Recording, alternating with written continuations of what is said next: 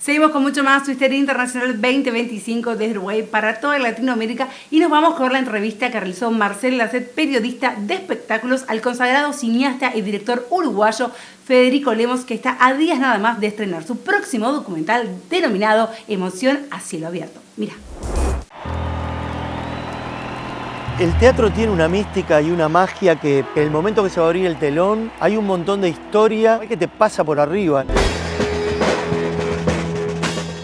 Bienvenido nuevamente Federico Lemos al programa Twister Internacional desde Uruguay para toda Latinoamérica. Bueno, qué placer verte después de un año prácticamente. Es verdad, pasó un año en nuestra última charla, un par de películas ahí en el camino y bueno, de nuevo conversando contigo, siempre un placer. Antes de meternos en lo que nos concierne hoy, vamos a hacer un poco de historia en este año.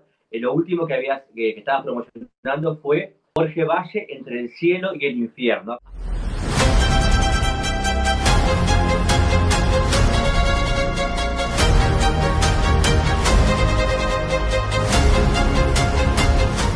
Jorge Valle, Entre el cielo y el infierno fue un éxito realmente inesperado. Uno siempre está buscando, ¿no?, llegar a la gente, uno hace cine para la gente y es el objetivo, ¿no?, primero y último. Pero bueno, hay muchas plataformas hoy, muchas opciones para ver cine, los dispositivos móviles, las señales de 50 cables distintos. La forma también de ver cine ha cambiado. La pandemia atravesó muchísimas cosas de nuestra sociedad y alejó a la gente de las salas.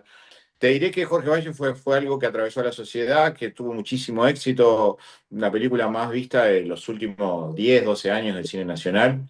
Y no ficción, documental, ¿no? La actitud de don Jorge Valle fue un cambio dramático en la política hasta ese tiempo. Tenía esa capacidad de imaginar cosas, lanzarlas, sin pensar en las consecuencias políticas. Y esa vocación crecía a medida que fracasaba. ¿Hubiera sido posible ese documental estando él vivo?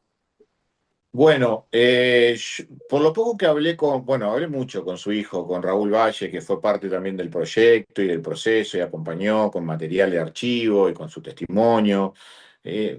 Creo que no hubiera sido posible, él no hubiera querido. La película recorrió 75 años de historia democrática, Marcel, y tiene a casi todos los presidentes de la vuelta de la democracia entrevistados o en archivo. Entonces también es un homenaje en sí al pueblo uruguayo, que es un pueblo democrático, culto, que históricamente ha siempre cuidado de la democracia que nos sigue destacando en el mundo entero.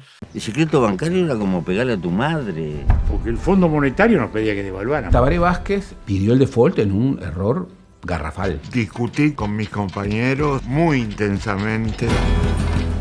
Son esos momentos en que uno le hacen crecer las canas, ¿no? Mierda, ¿cómo estás? El cowboy nos salva. Le mandaron un avión con plata. Habrá una transferencia al Banco Central. Y este año se dio La Otra Pelota. Bienvenidos a la van premier de La Otra Pelota, acá en el Auditorio Nacional del Sodre, en un espacio magnífico que siempre me gusta visitar. La Otra Pelota, ¿cuáles han sido las repercusiones? Bueno, La Otra Pelota, historias del básquet uruguayo, que se estrenó en abril. Vos sabés que fue la primera película de básquet en nuestro país. Amaga, penetra, gran jugada. Los 80 para el básquetbol fueron impresionantes. Los dorados años 80. Esa generación hizo un clic, cambió su cabeza, se puso en ganador y era muy difícil de ganarle. Muy difícil ganarle a Uruguay. No sabes el por qué apareció un Tato, apareció un Fefo. Ladies and gentlemen, Uruguay.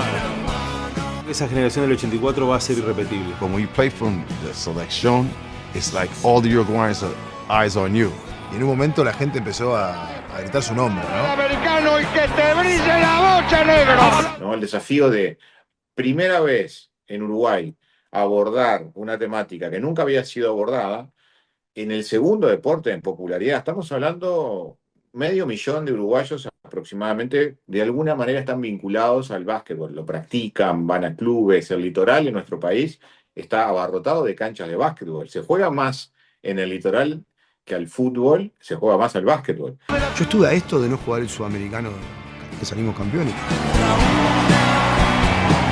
Uruguay al podio panamericano. Había que revisar un poco la historia y fue una película que recorrió lugares hermosos, clubes deportivos. Transformamos las canchas de básquetbol en salas de cine, lleno de chiquilines de todas las categorías, con sus profesores, con sus equipos docentes, mostrándoles, ¿no?, lo que significa este deporte y lo que significan los grupos y el trabajo en equipo, la resiliencia, los grupos humanos, y también recordando las grandes glorias y hazañas del básquetbol uruguayo, que no es un básquetbol muy laureado, pero es un milagro también en Sudamérica. Ahora te diría que uno de los deportes que más últimamente ha crecido en este país. Podrás no verte por un rato, pero cuando te juntás es como si hubieras estado ayer. El básquetbol es mi vida.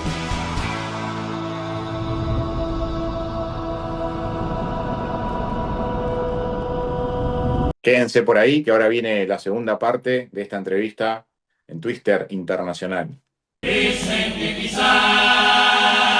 Cuando se abre el escenario es como un momento glorioso. Tenía 7 años cuando salí por primera vez en carnaval. Éramos negro. No había rostros claros. El Teatro Verano fue mi primer teatro. Yo debuté con Morenada, con 10 años. Seguimos con mucho más Twister Internacional 2025 desde Uruguay para toda Latinoamérica, y como les habíamos adelantado, tenemos para compartir con todos ustedes la segunda parte de la entrevista que realizó Marcel Lacet, periodista de espectáculos, al cineasta uruguayo Federico Lemos, que está a días de estrenar su próximo documental Emoción a cielo abierto. Mira. El Teatro Verano fue mi primer teatro. Yo debuté con Morenada, con 10 años. Las emociones que se manejan acá arriba son indescriptibles, inigualables, enormes. Armemos un huracán ahí adentro, chiquilines. Espectáculo nos sobra. Emoción a cielo abierto en el Teatro de Verano. Contame cómo surgió esta película documental. ¿Es un documental? Una película es un documental. Es una película de corte documental. Tenés una película.